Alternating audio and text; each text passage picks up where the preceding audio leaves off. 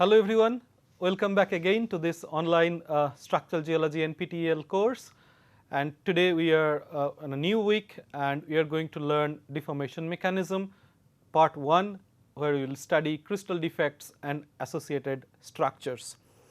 And the topics we will cover are mostly an introduction to crystal defects, and then we will classify the crystal defects and describe some of their associated features which are important for studying structural geology and in particular microstructures. We talked about the deformation mechanism very briefly at the very end of this last lecture. It is very important to realize the fact that the deformation that we see, the strain the rocks do accumulate. Sometimes these strains are extremely large. So, the question always being asked that what is the mechanism, what is the process by which these strains are being accumulated within the rock mass. And most of the time we see that the entire rock is not getting strained, but it is localized or channelized along a very narrow area or narrow zone, what we call deformation localization. Now, to understand this process, it is the study of deformation mechanism that deals with the various processes of grain and crystal scale deformations which are responsible for deformation and at the same time accumulating the large strain in the rocks. Now, why grain and crystal scale? Why not in outcrop scale or in large scale or tectonic scale? Now, at this time we have to understand the fact that particularly in the ductile domain, any deformation that we see that do initiate at a very small scale, very micro scale to be very specific, and when we talk about the micro scale we actually refer to the atomic scale. So, the deformation do initiate at a very micro scale within the crystal. Most of the rocks, as we know, are crystalline solids, polycrystalline solids. So, it is therefore important to understand what is happening inside the crystal when we apply some sort of stress, how the crystal is accommodating the strain, what sort of features we should see within the crystals which are probably going to trigger a large scale deformation. So, this is the topic of this lecture, and to understand this behavior within the crystal, the deformation behavior within the crystal, we need to understand first what is inside a crystal. Now, we know that a crystal is generally the unit, we call it a lattice, and within the lattice we have the elements which we call motif.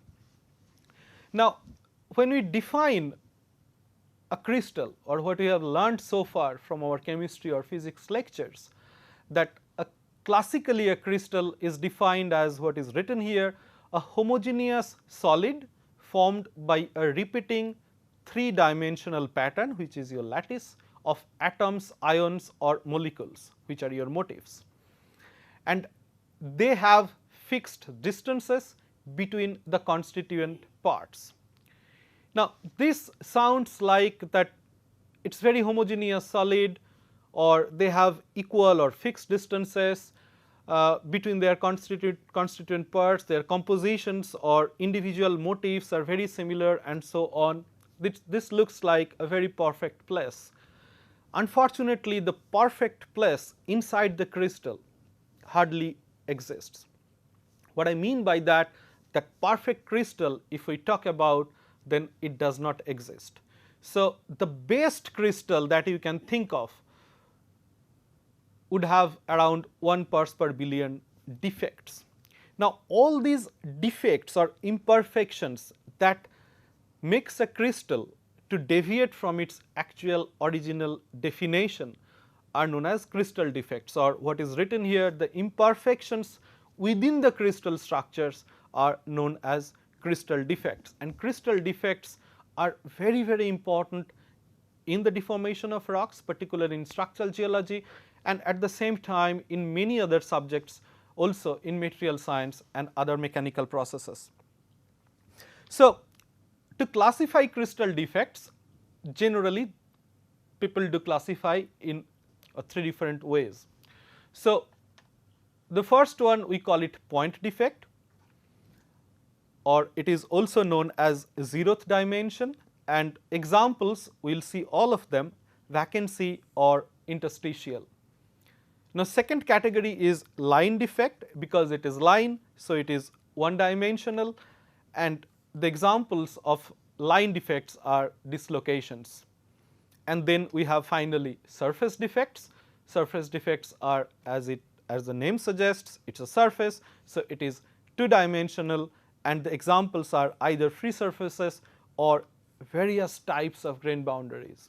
So, in this lecture actually we are going to explore these 3 types of defects. So, first we will take over vacancy, interstitials and so on, that means point defects, then we will go to line defects, and finally we will conclude the lecture with the surface defects.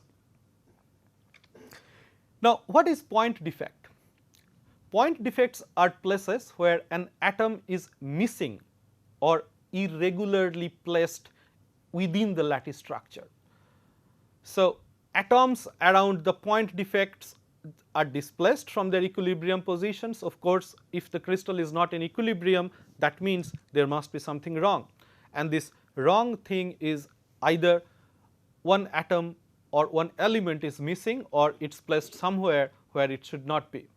So, therefore, if an element within the lattice is staying somewhere else or is missing, then the crystal always tries to make things in equilibrium, but it cannot do it. So, therefore, there is a local differential stress field that is generated in the neighborhood of the vacancy, and this local stress field is very, very important in determining many processes that primarily includes the diffusion of substitutional atoms, and in you can think of many other processes that these vacancies are responsible for. These are climb of edge dislocation, some forms of creeps, and increased resistivity. We will learn particularly diffusion and substitutional atoms very briefly in this lecture, but we will learn more later on diffusion creeps when we learn the particular mechanism. But today we will look at how climb of edge dislocations do happen with the assistance of point defects. So, point defects are classified in this manner, what is given in this slide. So, first they classified whether your crystals are ionic or non-ionic, and if your crystals are non-ionic, then you have vacancy and impurity, and within the impurity we have interstitials and substitutional vacancies. Within the ionic crystals, there are mostly two categories: one is Frankel defect, another is Schottky defect, and there are few more, but we will mostly look at Frankel and Schottky defect very briefly. But before that, let us go to the non-ionic crystals and first take over the vacancy. So, vacancy that we talked about, as we see in this illustration, that if I look at this area in particular, the atoms within this particular segment of this lattice are distributed very homogeneously. Their interatomic distances are constant and so on. However, if we see this place in particular or this place in particular, one atom or one element is missing. So, vacancies are there for the places where an atom is missing or irregularly placed within the lattice structure. What is important to see that these straight connections that we see where there is no vacancies as such are now somehow distorted, and they are distorting towards the vacancy side. Now, this is where these bonds or these lines, as you can think of, are stretched or deformed or distorted, and these are the places where you generate some sort of differential stresses. So, these are vacancies, and let us talk about the impurities. There are two kinds of impurities, as you have learnt. One is substitutional impurity, that means you have a vacancy, but vacancy is not vacant, it is occupied by some foreign atom. So, a foreign atom came, it replaced the parent atom within the crystal. So, this is known as substitutional impurity, and interstitial impurity is when a foreign atom sitting in the void of a crystal. So, somewhere within the crystal it disturbs the lattice structure, but it does not omit or remove any atom from the lattice. So, here this one is an example of substitutional impurity, and this one is an example of interstitial impurity. Now, most of the gemstones that we see or that we are aware of are actually results of substitutional impurities. I give you an example, for example, ruby. Ruby we know is a fantastic gemstone, is red color, but the host mineral of ruby, the actual mineral of ruby is nothing but corundum, it is aluminum oxide. Now, the chromium atom, it replaces, if it replaces 1% of the aluminiums inside this corundum crystal, then it becomes red, and that is why it becomes very, very important to us or very precious to us because of this red color. So, it is not a pure crystal that we see as ruby, it is actually a corundum, aluminum oxide, and in one site, the metal site, we have aluminum replaced by chromium, and therefore, we see the red color, and that is why it is expensive.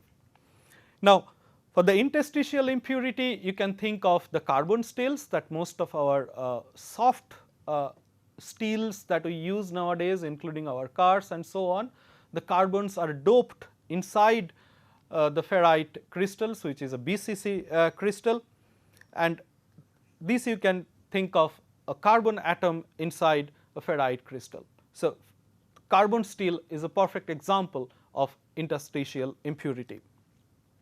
Now, when we learnt about substitutional and interstitial impurities, let us move on to point defects related to ionic crystals, and as we have classified, there are two types of ionic crystals defect. One is Frankel defect and another is Schottky defect. Now, ionic defects, they do occur when one of the atoms in an ionic lattice is simply in the wrong position or missing. In this context, a Frankel defect in an ionic lattice that occurs when one of the ions is in the wrong position. So, what we see here, this is a lattice structure without any defect. So, this is a perfect crystal as you can think of, and then you have some ions with positive charges and some ions with negative charges. Now, what we see here, positive charged ions are missing from this side and they are sitting somewhere here, and the same example you can see, the ion is missing and it is sitting somewhere here. Now, the basic idea or one of the properties of crystals with Frankel defect, which we are discussing now, is that nothing is missing in this frame. So, the number of atoms or number of ions, if we count, these remain constant. Therefore, even if there are vacancies or different type of vacancies, the density of the crystal does not change. On the other hand, a Schottky defect is when you have a pair of anion and cation are missing. For example, as you can see here, this one and this one, an anion and cation are missing from this crystal or this lattice, and again here a pair, always they have to disappear from the system as a pair, and if that happens, then it is known as Schottky defect, and you can imagine that if this happens, then the density of the crystal varies. So, the example of Frankel defect is, you can think of as the example is given here, silver iodide, which is a kind of material or complex, where in this case the Ag plus ion, the silver ion, is missing from this actual site and it is sitting somewhere else.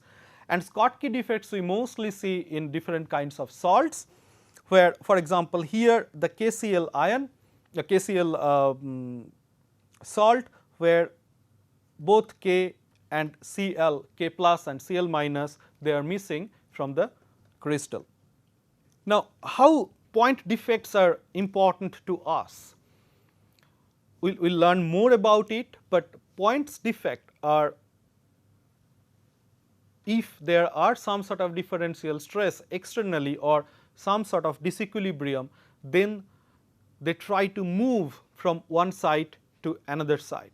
So, if an atom jumps from its lattice site into the adjacent vacant site as it's at its neighborhood, it fills the vacancy, but because there is no extra atom, so it leaves behind another vacancy. So, in effect, that it causes the shift of the vacancy to in the opposite direction to that of the atom.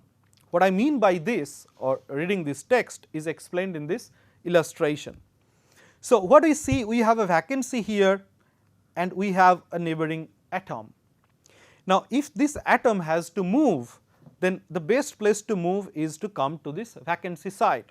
So, what it decides, it moves to this place and the vacancy then comes back to the position of the atom. So, therefore, in the next lap, again the next atom moves to this vacancy site and the vacancy comes back, or vacancy moves to the position of the atom, and here is the same case. So, what we see here, that in this illustration, that vacancies are moving in this direction and atoms are moving in this direction. So, therefore, their movements are opposite. It is very similar the way electricity moves or the electricity goes. So, electrons move the direction opposite to the electricity.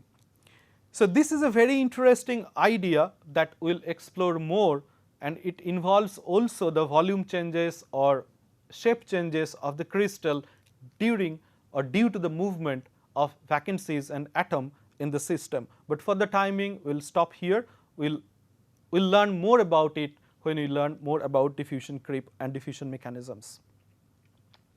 Let us move to the next part of this lecture, is line defect or dislocations that we have learned. Now, vacancies, as you have learned, are 0th dimension, that means they are point defects, but line defects are linear defects, and linear defects are commonly referred as, we have learned, dislocations, and dislocations are nothing but the lines through the crystal along which a crystallographic ordering is lost. We will learn more about it soon. So, the dislocations are very, very important in terms of structural geology. So, they are movements and networkings. The movements and networkings of dislocations control many things which are responsible for formation of the structures that we see inside the thin sections or even large scale structures. So, one of them is they control the yield strength of the deforming rock. So, strength of the rock is controlled by dislocations and their movements.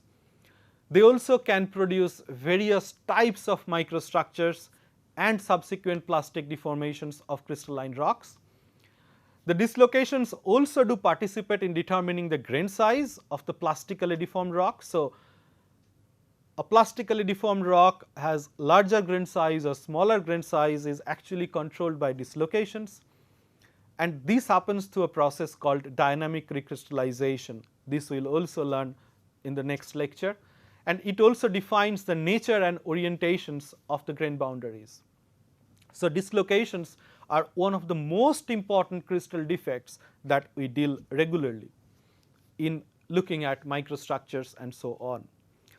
The dislocations are classified in two segments. One is edge dislocation and another is screw dislocation.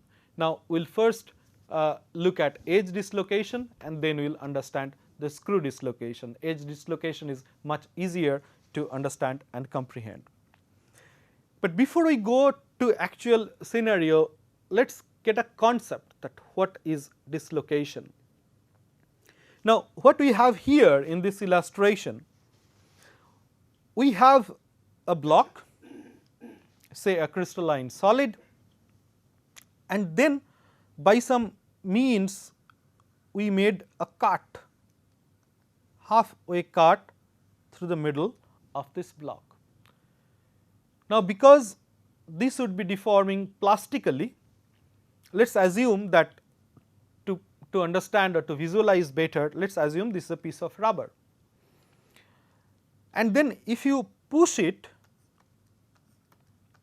in this side, the top part only, leaving not at the base, so it would try to squeeze in this direction, but because this part is fixed, so at this segment this material would be much denser. So, eventually it would look like something like this, where this edge of this cut is fixed, there is no displacement, and then along this line everything got slipped along the plane that you made cut, or you can call it a glide plane.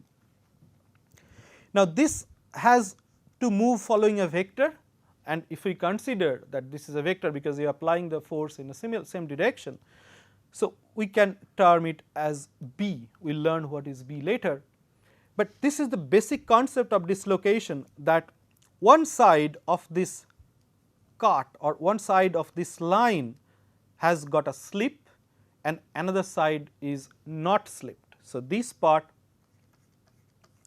experienced slip and this part not. Now, because the volume or other things has to be constant, so in this segment you might have some rearrangements of the atoms within the lattice, so that it can accommodate this unit vector displacement within itself. So, the lattice, the atoms, they are arranged accordingly to accommodate the deformation, whether the other part are not deformed or not disturbed as well. Now, this line is known as dislocation line that separates the slipped and non-slipped part. So, now if we are try to look at in our actual diagrams or actual illustrations, so what happens when a dislocation moves? Now, in this first illustration, what we see, it is a perfect lattice structure, there is nothing, and then we apply some sort of force in this lattice above this line, which we will refer as glide plane. Now, initially when we apply the force, we will certainly push the crystals or atoms, I am sorry, the crystals on this side. So, these crystals will move a little bit. Now, here comes the very interesting part. Now, it can happen that all atoms in this area, it can receive the stress, they can move at the same time, and they end up by slipping each and every plane to give you a shape like this, which we will see is going to happen at the very end. But if you have to do it at one time, the stress you require is significant, and experimental studies showed that the actual stress that requires to deform is few orders of magnitude less. So, there must be something happening, or the lattices are accommodating the strain or moving the stress such a way within themselves that reduces the strength of the rock, yield strength of this system or the crystal. Now, this is how it happens. So, what happens that this line of atoms, they move, but then they displace a single set of atoms as well. So, therefore, it does not have any connection at the bottom, and this is where we produce our first dislocation or the cut that we talked about in the previous slide, that before this the material got slipped and after that it is unslipped, and then this dislocation moves one after another, and finally it achieved to this shape where we actually see that an unit length has got displaced. Now, this is how this slipped and unslipped lengths got changed continuously, and finally, we get entire top part slipped, but it did not slip in a single process, but step by step. The movement of dislocations is very similar the way silkworms move or the way earthworms move on the surface. Okay. So, if we try to look at in a different way this dislocation. So, imagine that this is our dislocation line, this blue line here, and then this is our glide plane, and this unit vector that the dislocation moved on the slipped side along the slip plane is an unit vector, and it is known as Burger's vector. So, Burger's vector is the magnitude and direction of the unit slip. Now, this Burger's vector, the spelling is very similar, B-U-R-G-E-R, that we eat as a snack, is absolutely different to that what we call Burger's vector. Burger's vector is named after a Dutch scientist, physicist, his name is Jan Burgers. So, do not confuse this burgers to what we eat burger. Now, this is the plane along which we have that separates the slipped and non-slipped part.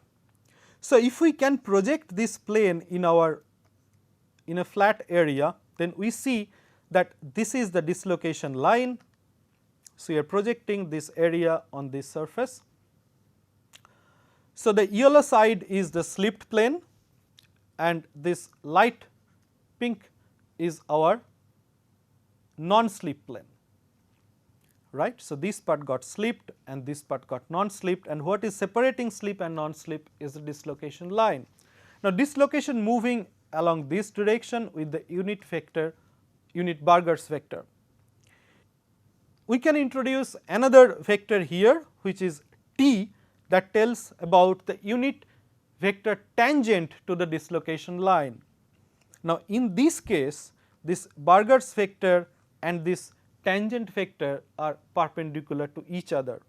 When they are perpendicular to each other, this is known as edge dislocation, or the propagation direction of the Burger's vector or direction of the Burger's vector is perpendicular to the dislocation line. Now, here is an example what we see, that therefore, this B and T, their directions, their vector directions could have any angle, right. So, between the Burger's vector, which is the magnitude and the direction of the slip, and the line vector T, which is the unit vector tangent to the dislocation line. So, as we learnt that if B is perpendicular to T, then we call it edge dislocation. If B is parallel to T, then we call it screw dislocation, and if B is neither perpendicular not parallel to T, then it is mixed dislocation.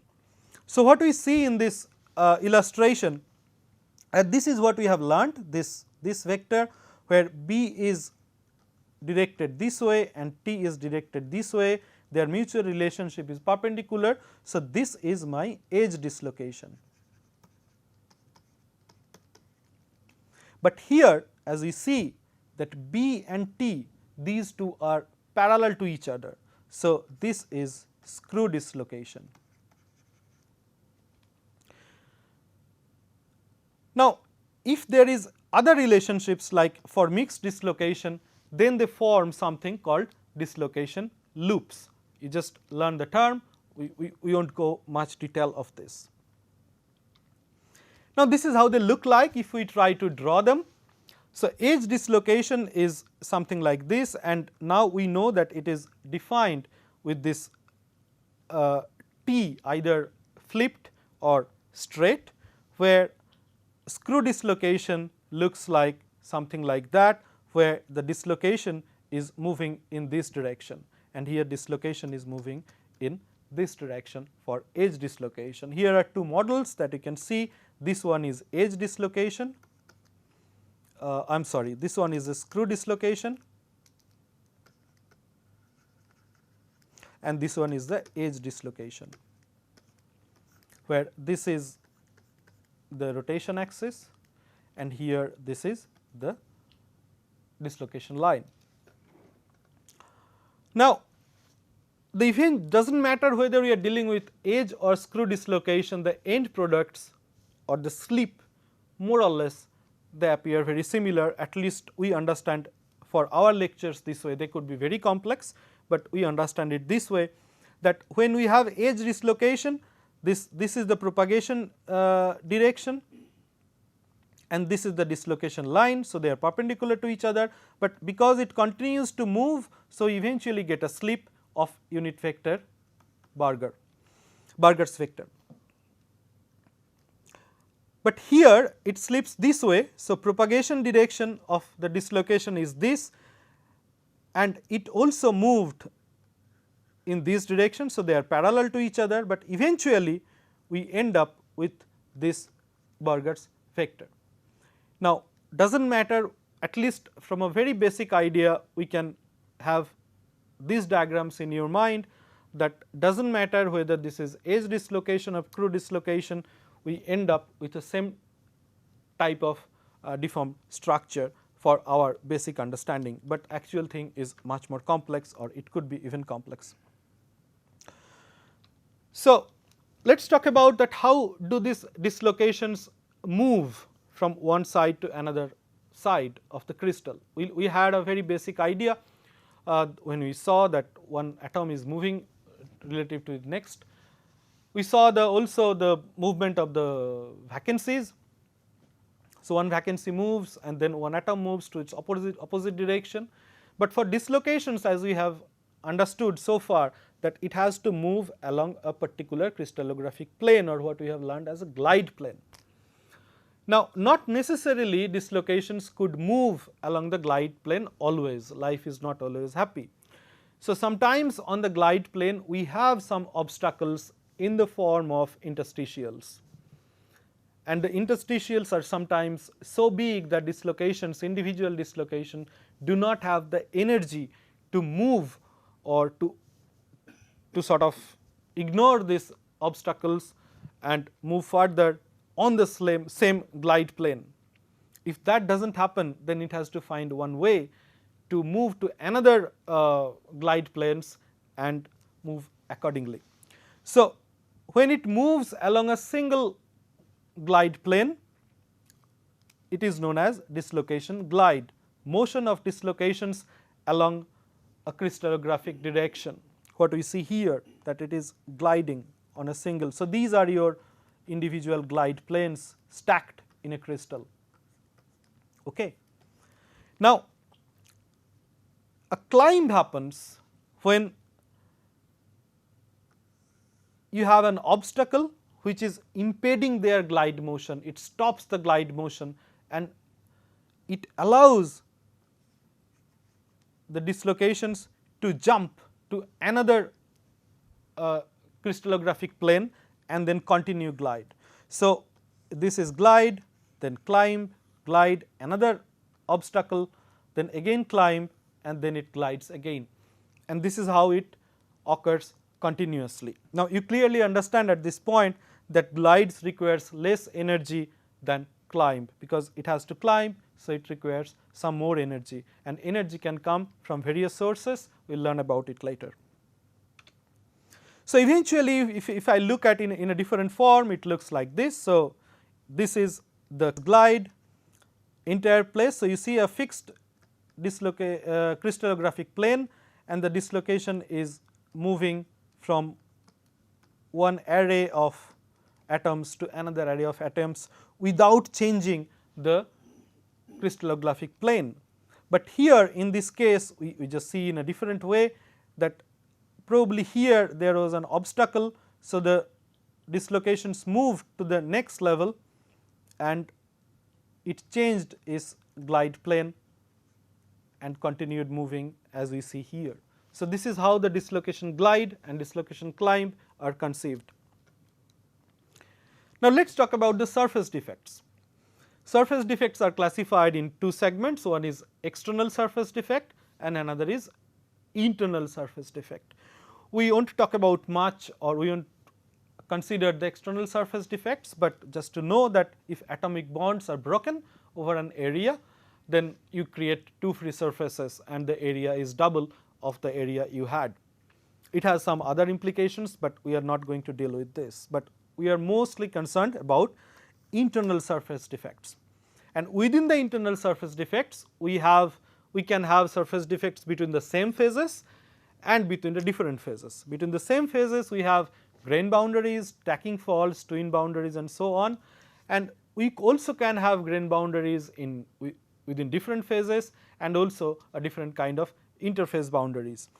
So, from now on, we will mostly look at grain boundary, and twin boundary is also kind of grain boundary. We will look at mostly these two. We will ignore stacking fault for the time being. So, what is grain boundary? We all talk about that the grain boundary is straight, grain boundary is curvy, grain boundary is serrated, and so on. But from the crystal point of view or crystallographic point of view, a grain boundary is a boundary between two regions of identical crystal structures if we are dealing with same phases, but different orientations. Now, here we have two examples. This is iron oxide and this is calcite. You see that they are compositionally they are very same, but because they are differently oriented, maybe this grain here is oriented differently compared to this grain here, and this is why probably we see some lines in between them. We see different colors here. This is cross polar, this is calcite. Through cross polarized light, this is a thin section, and we see different colors because the grains are oriented differently. We see different colors. This we have learned from our optical mineralogy classes or mineralogy classes. Now, when we talk about different orientations, there are possibilities of various orientations from 0 to 90 degrees or more. So, we classify them mostly in two categories: low angle grain boundaries or LAGB, or high angle grain boundaries or HAGB. There are also a classification tilted and twisted grain boundaries. We are not going into that right now. Now, low angle grain boundaries, as it suggests that one grain orientation can be obtained by rotation of another grain across the grain boundary about an axis through an angle. So, that means I have, for example, two grains. Now, if my finger traces are the lattice orientations or so on, then they can have differently oriented by this angle, and this is the rotation axis. Okay. So, if this angle is low, then this is low angle grain boundary. If this angle is high, then this is high angle grain boundary. But how they look like? So, these are low angle grain boundaries. I have given two examples. As you can see that this probably is defining one very low angle grain boundary, where this and this two different areas or two different lattice structures, I am not saying the grains them yet, but their angle is only 4 degrees, very less. So, these are known as some sort of subgrain boundaries.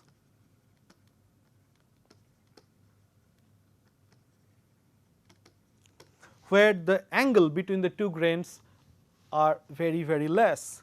And here this is also a subgrain boundary with more with higher grain boundary angles. And what is important, that this could be probably your grain boundary. What is important, that these grain boundaries are marked by dislocations, and if we have dislocations at the grain boundaries, that means the grain boundaries are also a storage or a places where you can find more or more dislocations. Then high angle grain boundary, as you can see here, this is your grain boundary, and in this case the grain boundary angle or high angle is 40 degrees, therefore this is high angle grain boundary. Now how high you need to make a high angle grain boundary or how low you need to make a low angle grain boundary, that varies from studies to studies, but generally 15 degrees or low is low angle grain boundaries and 15 degrees or above is high angle grain boundary. That is more or less the convention, but sometimes this 15 degree shifts to 10 degrees and so on. Now there is another type of grain boundary which is known as twin boundary, when two differently oriented crystals, so it has a grain boundary, but they are attached together such a way that they share some of the crystal lattice points in a symmetrical manner.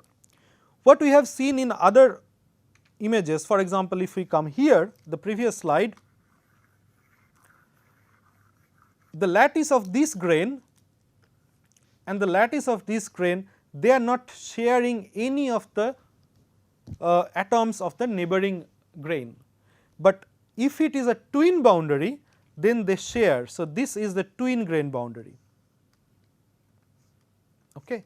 So, they share, so this line of atoms are shared in both grains, and if that happens then this is a twin boundary. Twin is very common in most of the geological minerals. For example, this is a sketch of an albite mineral. So, this is a crystal without twinning, and these two blue planes are your twin planes and these are your twin boundaries. Now, twin boundaries we can also classify in two different ways. One is contact twin boundaries or contact twin planes, and penetrative twin boundaries or penetrative twin planes. So, contact twin boundaries they share a sort of single composition surface, often appearing as a mirror image to each other. For example, we see here a quartz or this is a lazulite, but in penetration twins the individual crystals have the appearance of passing through each other, like they sort of penetrate one crystal, and of course, it has to be done in a symmetric manner. So, here are two examples. What we see here, this one is for pyrite and this one is for staurolite. As you can see from this, it seems that it almost went inside the crystal, but that happened in a symmetrical manner. So, this is how we conceive so far a grain boundary. We have seen probably under microscope different crystals, their grain boundaries and so on, but actually if you can scan it or if you can X-ray it with some inner eyes, then the individual grain boundaries are like this, these blue lines, and they are separated. Even if their compositions are very similar, they are separated because their orientations, for example, here the orientation is like this and here the orientation is like this. So, they are essentially different. For example, here the orientation is like this and here the orientation is somehow like this. So, they are somehow different, and that is why we see them in a different way. Now, this grain as it appears here, for example, if I consider these grains is extremely homogeneous. There is no dislocation inside in this area, there is no vacancy inside, there is nothing. So, it is perfect, but that is not the case always. So, this individual place can also be deformed, it may have also some sort of subgrains and so on, and therefore, we see different kinds of features. For example, undulose extinctions in quartz, we will learn more about it soon. So, we are at the end of this lecture. So, I believe with this lecture you are now more or less convinced that whatever deformation we see in rocks, particularly in ductile domain of reformation, they all initiate at a very, very micro scale, in atomic scale. Now, how to feel them, how to understand that yes, these are there, because they are in atomic scale, and unless you have some sort of very, very high resolution microscopes like TEM or so on, you do not see them. So, in the next lecture actually we will see and learn what are the different expressions of such atomic scale deformations and their typical arrangements, and what are the different kinds of microstructures which are responsible for all these arrangements and deformations. So, this is the topic in the next lecture. We will divide it in 3 segments. The first we learn cataclastic processes, that is not really some sort of some study that involves all these things we learned, but this is very important in structural geology. But then we will go to intracrystalline deformation and diffusion creeps, where these things that we learned today would be very important. So, till then, goodbye, thank you.